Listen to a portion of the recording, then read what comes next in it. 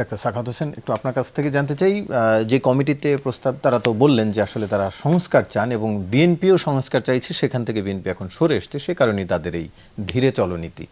তাতে আসলে যে মূল যে জুলাই সনদের বাস্তবায়ন প্রক্রিয়া বাধাগ্রস্ত হচ্ছে কিনা?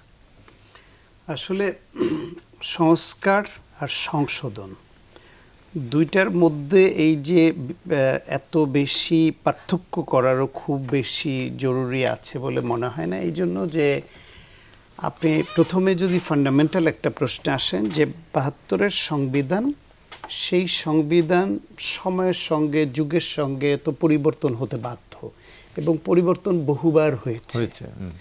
এখন আরও পরিবর্তন হবে দরকার হলে। এখন সেই পরিবর্তনের মধ্যে কিছু কিছু পরিবর্তন অনাকাঙ্ক্ষিত, যেটা ফ্যাসিবাদকে দীর্ঘায়িত করবার জন্য ব্যবহৃত হতে পারে, গণতন্ত্র নস্যাৎ করবার জন্য কোনো কোনো ধারা ব্যবহৃত হয়। এর বাইরেও ন্যাচারালি যুগোপযোগী করার জন্য বা আরও গণতান্ত্রিক করার জন্য, আরও স্বাধীনতা সার্বভৌমত্ব রক্ষার উপযোগী করবার জন্য পরিবর্তন তো করাই যেতে পারে। এখন সেই ক্ষেত্রে সংস্কার পরিবর্তনের মাধ্যমে তো পরিবর্তন বা সংশোধন নিজেই একটা সংস্কারের পার্ট। সংশোধন বা পরিবর্তন সেটা সংস্কারের অংশ না। আপনার জুলাই সনদ যে প্রথম ৪৭টা যে সংবিধানের সংস্কারের কথা বলা হয়েছে, সেইটারও হেডলাইন হচ্ছে সংবিধান সংশোধনের মাধ্যমে সংস্কার। তার মানে সংশোধনের মাধ্যমেই সংস্কার করা যায়।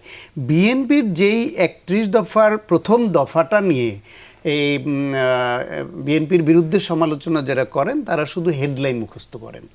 হেডলাইন মুখস্থ করে ওইটাকে নিয়েই কথা বলেন। প্রথম দফার যে সংস্কারের কথা বলা হয়েছে, সংবিধান সংস্কার কমিশন গঠন করবে, এটা হলো হেডলাইন।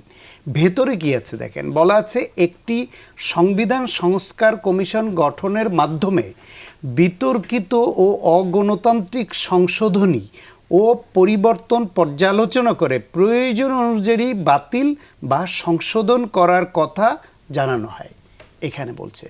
তার মানে যে সংবিধানের মধ্যে যে অংশটা গণতন্ত্রের সঙ্গে যায় না, আওয়ামী লীগ সময় ফ্যাসিবাদকে দীর্ঘায়িত করবার জন্য করা হয়েছে, এই রকম যেসব ধারাগুলো আছে, সেই ধারাগুলো, অগণতান্ত্রিক ধারাগুলো সংশোধনী অথবা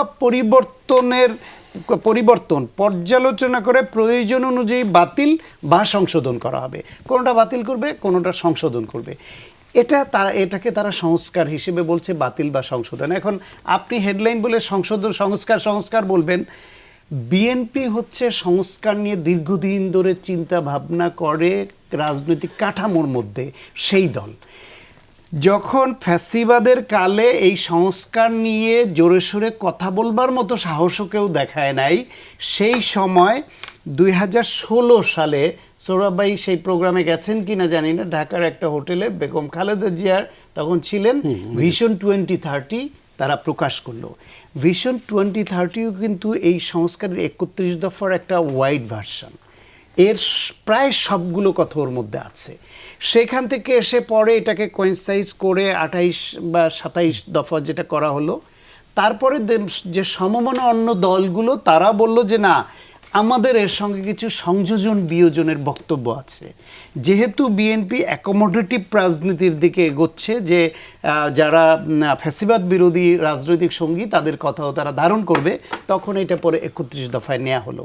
সুতরাং ৩১ দফার মধ্যে ১ নম্বর দফায় হেডলাইনে সংস্কার কমিশন বলা হলো, তারা বলছে সংশোধন বা বাতিল করবে বা নতুন ধারা সংযোজন করবে। সেটা সংশোধন নামে ডাকলে আপনার অসুবিধাটা কোথায়? যে আমি সংবিধান সংশোধন করব, সেই সংশোধনের আলোকে কি করব? কোনো ধারা আমি বাতিল করব, কোনো ধারা সংযোজন করব, কোনো ধারাকে পরিবর্তন করব বা সংশোধন করব। সেই ক্ষেত্রে এখন যে কমিটির কথা বিএনপি করেছে, আমি আগাম বলে রাখি আপনাকে, এই এনসিপি এবং জামাত জোট এই কমিটিতে যাবে, যাওয়া ছাড়াও তাদের উপায় নাই এবং দেশের স্বার্থে যাওয়া উচিত হবে। কারণ হচ্ছে বিএনপি কিন্তু ইতিমধ্যে জোরে সোরে একটা অঙ্গীকার করেছে যে জুলাই সনদের যে অঙ্গীকার তারা করেছে এবং সব দল একমত হয়েছে সেটা তারা বাস্তবায়ন করবে।